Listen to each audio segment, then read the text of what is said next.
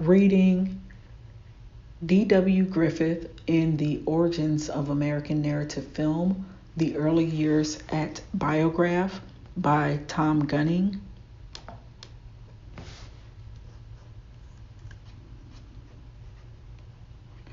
Conclusion: Griffith, Film History, and Us. In this work, I have sought to develop a historical approach to Griffith's biograph films, concentrating on the period 1908 to 1909. At the same time, looming over this more circumscribed concern has been an attempt to define the film historian's task, the nature of its parameters and methods. Although the theoreticalization of film history is beyond the scope of this volume, these films and this period of the American film industry raise basic issues which need to be brought into focus. As a film historian, one not only interrogates a period of production or a corpus of films, but one must also respond to them, uncovering the questions they address. I have therefore paid attention to these films not only as evidence of the industrial practices of the American film industry in 1908 through 1909, but also as works of art that still address us and whose destiny goes beyond the immediate horizons of their initial production and reception. However, any historical transcendence of the original horizon of these films must be found on an initial understanding of how they were produced and understood. Therefore, I have tried to integrate the insights of textual analysis into a historical understanding of film and vice versa. Although the methods of industrial history and textual analysis diverge, a true historical approach demands their interrelation. The task is delicate because historical analysis develops a sense of general practices, whereas aesthetic analysis approaches a film as a unique work. Defining the territory where the historical and the particular intersect requires a shifting focus. I will focus first on the background of general context.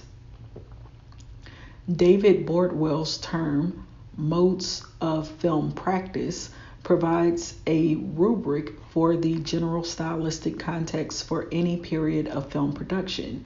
These modes are historically defined norms which provide the background against which individual texts can be studied. Because they are constantly changing, an analyst must determine the specific mode relevant for individual films and periods. Without determining this historical context, Bordwell points out, film analysis will unconsciously use its own contemporary context as the background against which a film is discussed.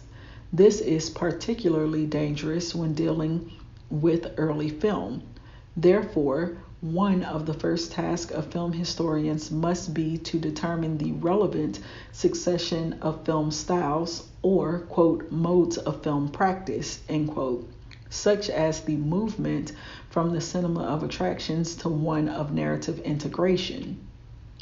Here, too, the dynamic nature of the individual work of art asserts its claim. Such a diachronical series never provides authoritarian definition of the film style as a particular period, overwhelming and determining the creative industries of individual works.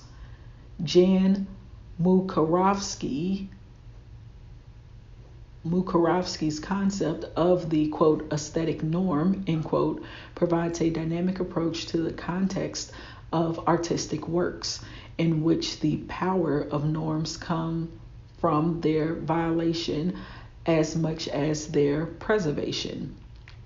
The modes of film practice do not define individual works, but rather provide a background against which they can be understood, defining both elements of conformity and divergence in specific films. This involves a circular relationship in which the norms are constructed from individual works, and individual works are then analyzed by reference to these norms. This work on Griffith has tried to maintain a shifting focus, examining both the individuality of Griffith's films and their relation to a broader mode of film practice. Future detailed work on the surviving films of Griffith's contemporaries will define more clearly which elements of the narrator's system are unique and which are shared with the norm of the cinema of narrative integration. Narrativization clearly defines the motive force of filmmaking in this period and provides the shared area between the cinema of narrative integration and the narrator system. However, the unique elements in Biograph films do not necessarily contradict their historical norms.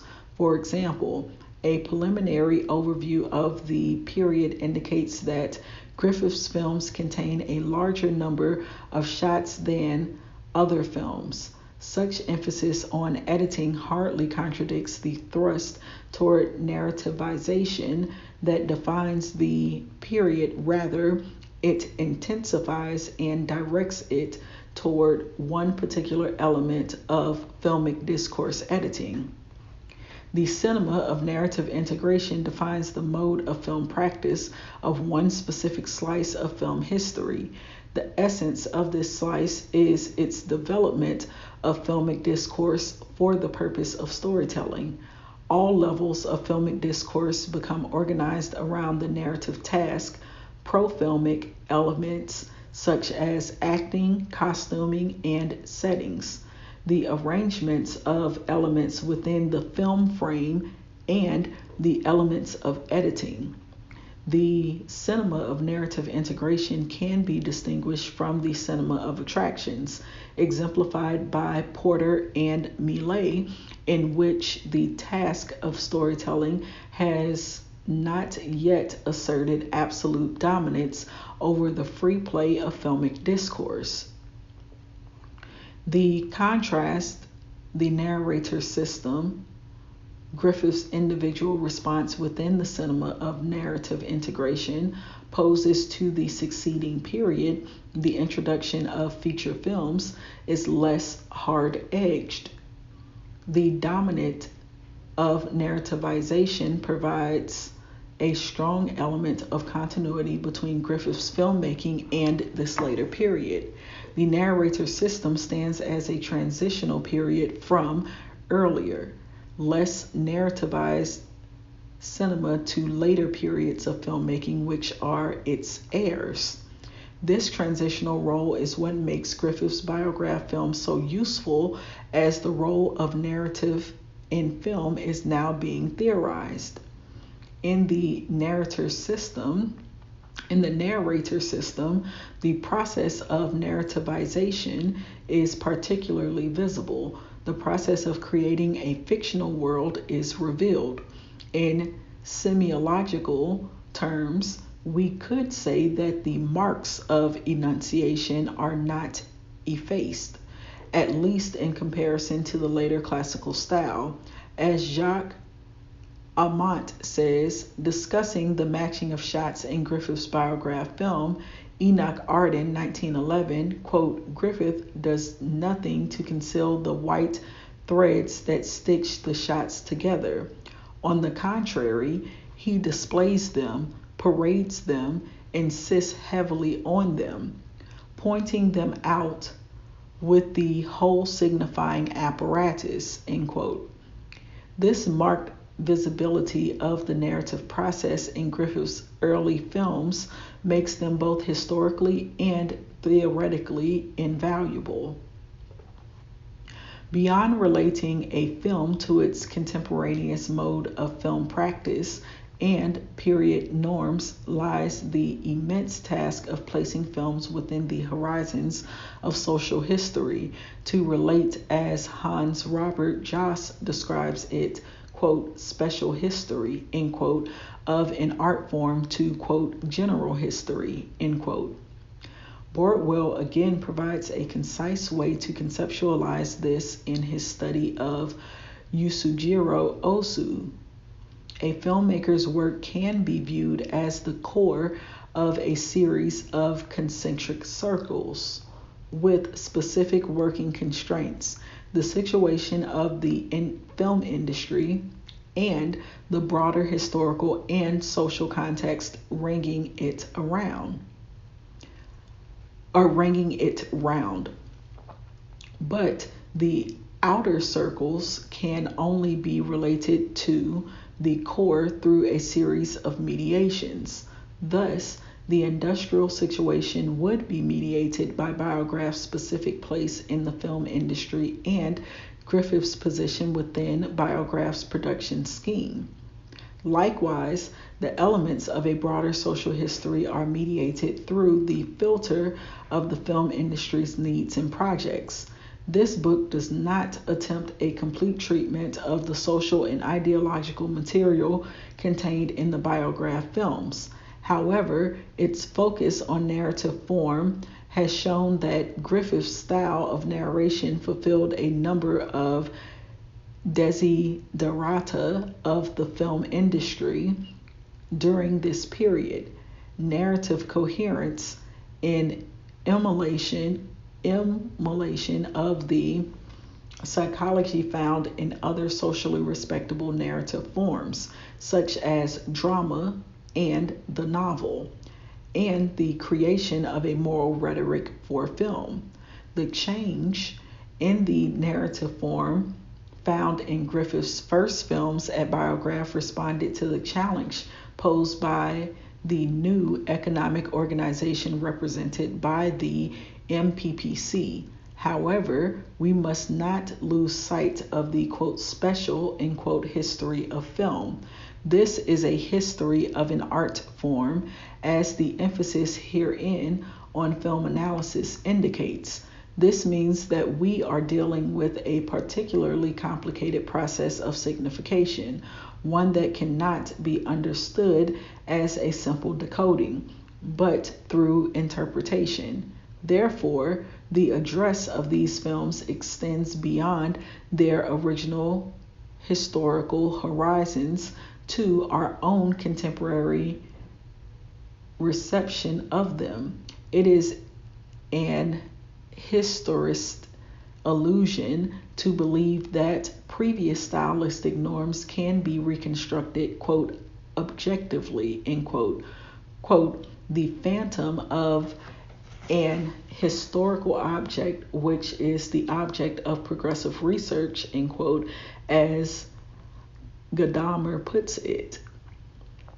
By acknowledging our own role in the historical interpretation of works of art, we define the hermeneutic task involved in film history.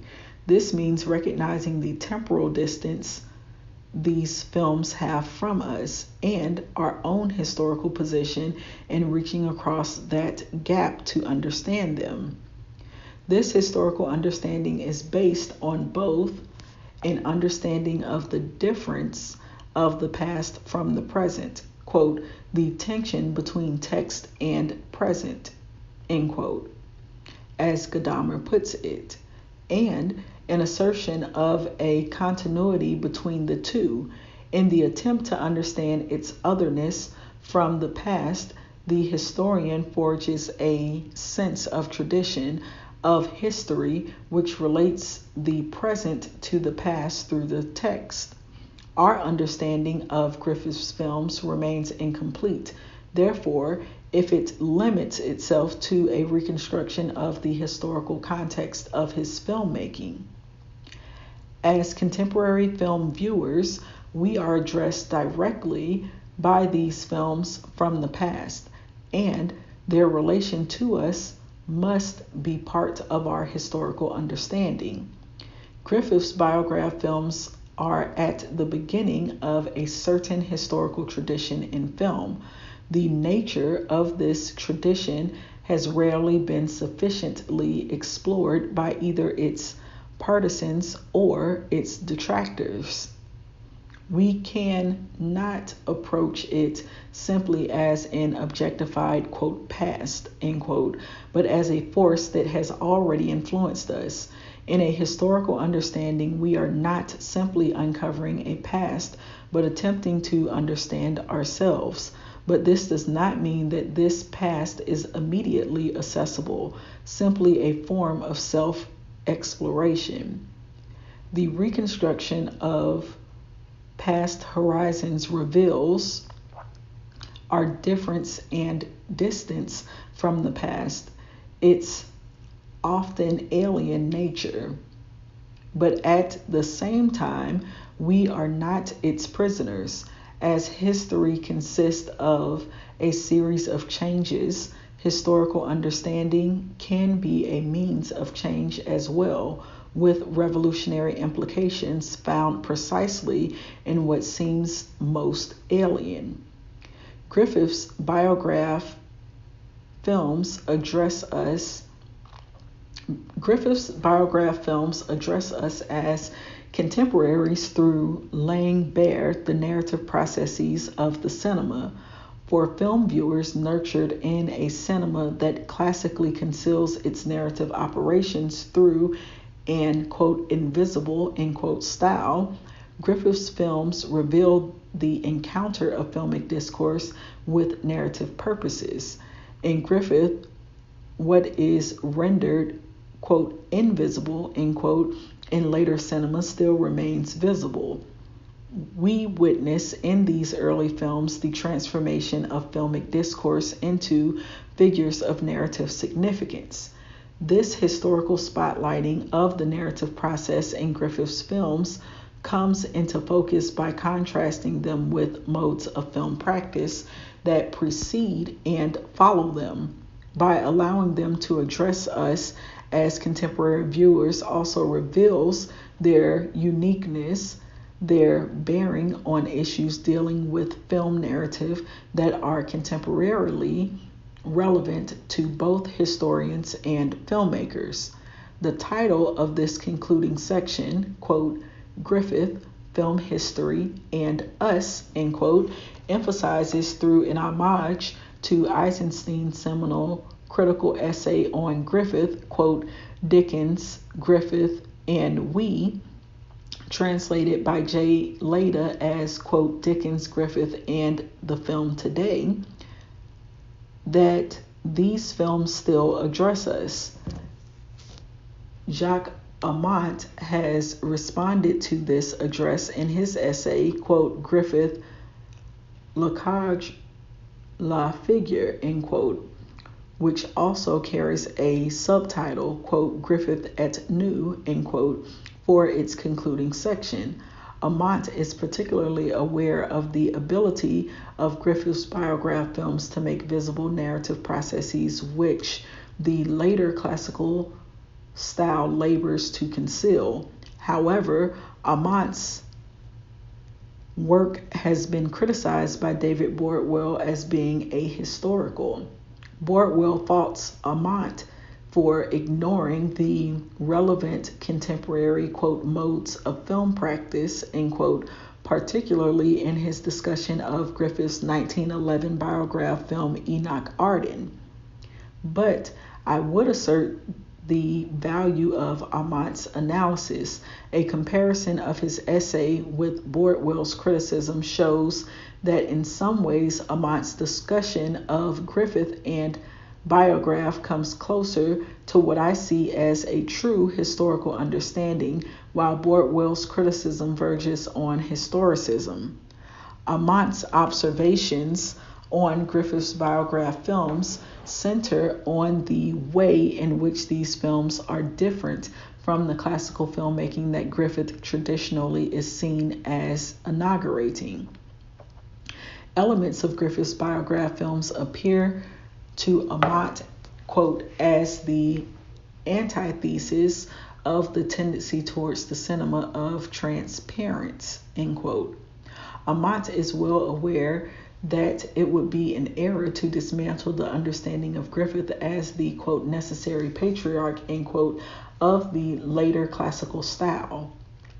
But his perception of the deviation of Griffith's films from classical practice opens a historical understanding of the Janus-headed role played by the narrator system, looking not only toward the later classical style, but also back at the less narrativized practices of earlier film.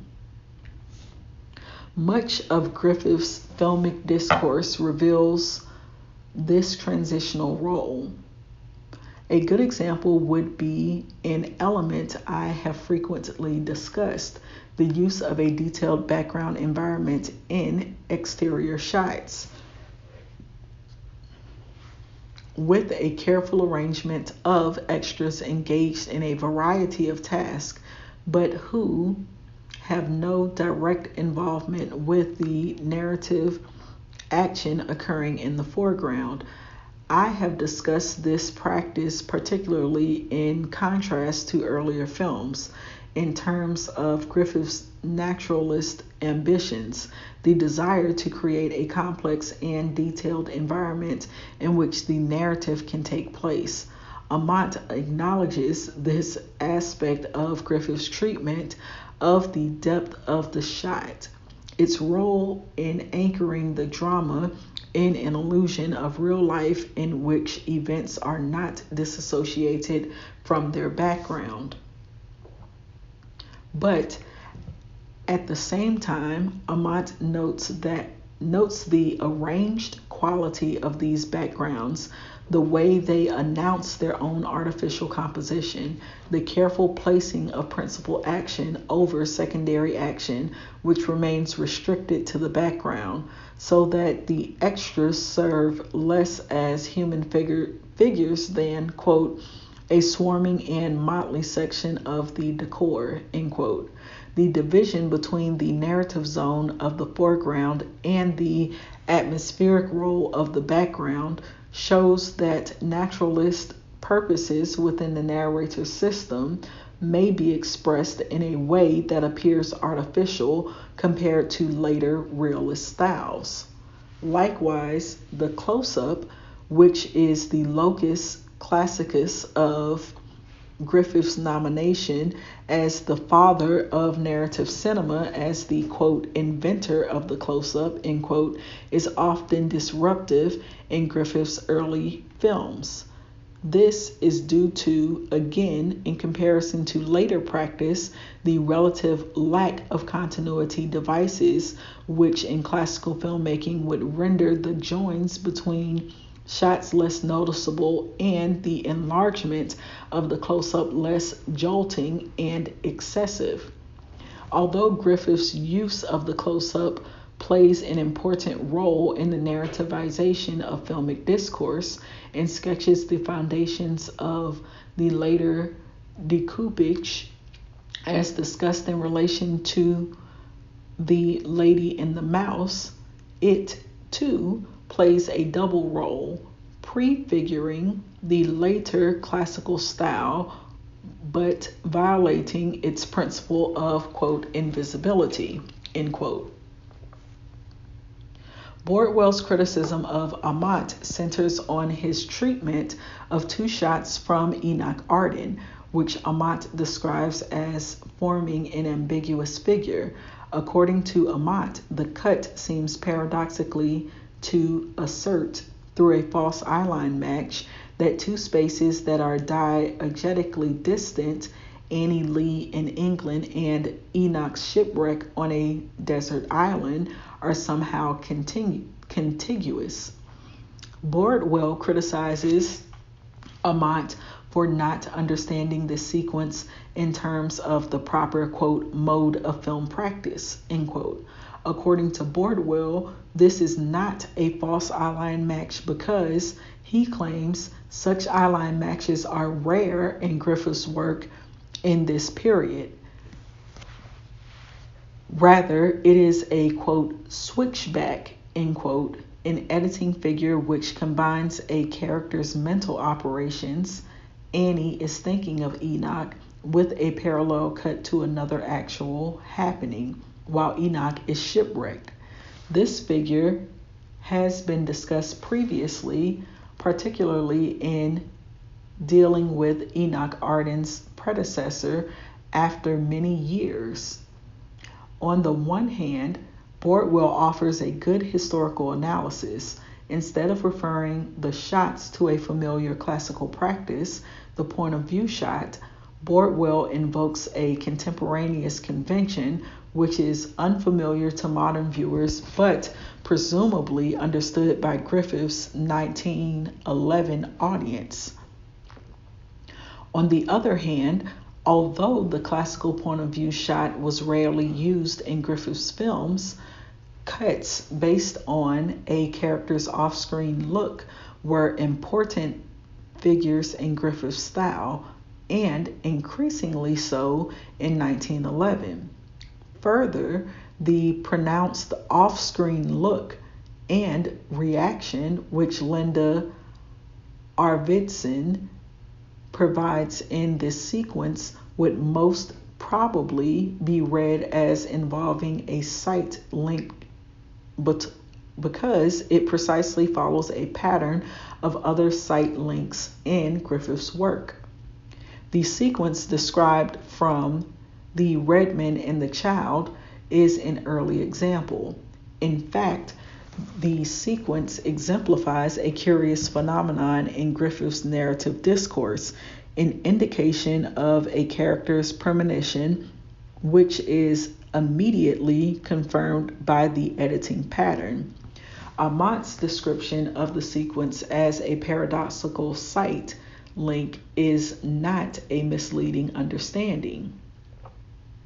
My rereading basically affirms Bordwell's principle of the relevant, quote, mode of film practice, end quote, simply indicating the careful research needed to determine what modes, in fact, are relevant. But it also shows how past modes of film practice may involve apparent paradoxes. Noting such anomalies in relation to contemporary film practice can provide an opening to a historical analysis.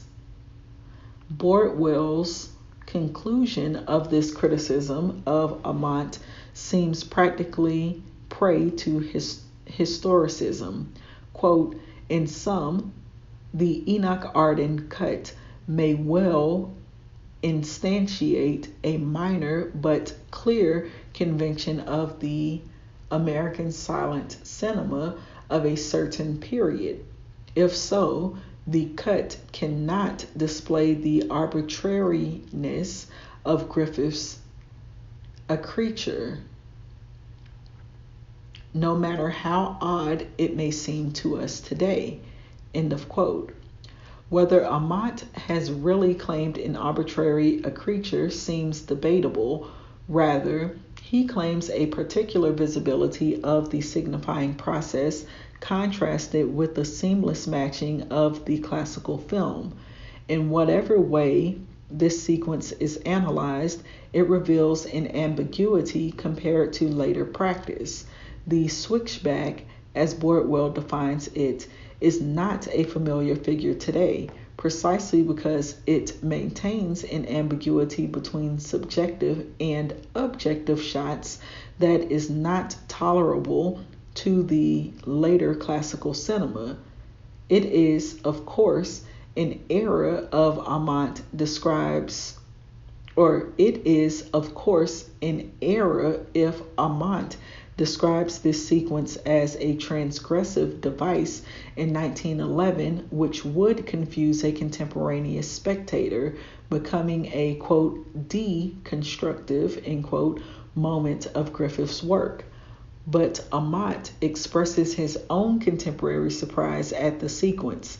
His surprise maintains the tension between this film and the contemporary classical modes of filmmaking, an insight open to further development as as a historical understanding. Bordwell's analysis of the sequence threatens to close down a comparison between different periods of film style, although I am sure this is not the intention of one of the most subtle of recent film historians, as his work on Japanese cinema demonstrates. It goes beyond the important task of constructing the horizon of expectation of the film's original audience and risk succumbing to a historicism that founds the reconstruction of past expectations on the suppression of our own historical situation. But although Amont's, quote, against the grain, end quote, reading of Griffith could potentially be misunderstood, it emphasizes that the contrast between Griffith's filmmaking in the classical model can strike us as with a contemporary force, or can strike us with a contemporary force. This provides a powerful historical understanding of the Biograph films. Griffith's work cuts both ways, and a historical understanding must be aware of this.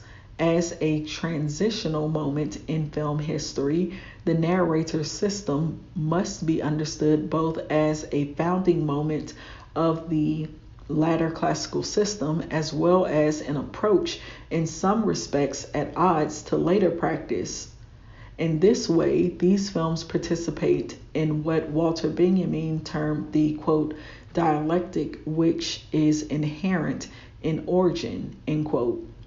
The phrase, quote, origins of American narrative film, end quote, in the title of this volume does not simply refer to the fact that these films come from an early period of film history, nor is it a biological metaphor indicating all later American narrative film as the descendants of Griffith. In a Benjaminian sense, I mean to indicate that the investigation of these early Biograph films reveal the dynamics which will be set into play in the subsequent history of narrative film. And in this sense, the unique aspects of Griffith's Biograph films gains historical significance. Pushing the methods of narrativization to an extreme, Griffith's first films lay bare the dynamics of the period in a way the more conventional productions of the period might not allow. Griffith's Biograph films are rich, contradictory objects which in some sense display both the foundations of the latter classical style, its narrativization, as well as alternatives to that style through their flaunting of the rhetorical presence of the filmic narrator. The narrator system, therefore, stands less as an indication of the typical approach to filmmaking of the cinema of narrative integration than as one of its extremes, a focal point in which its dynamic dialectic is revealed.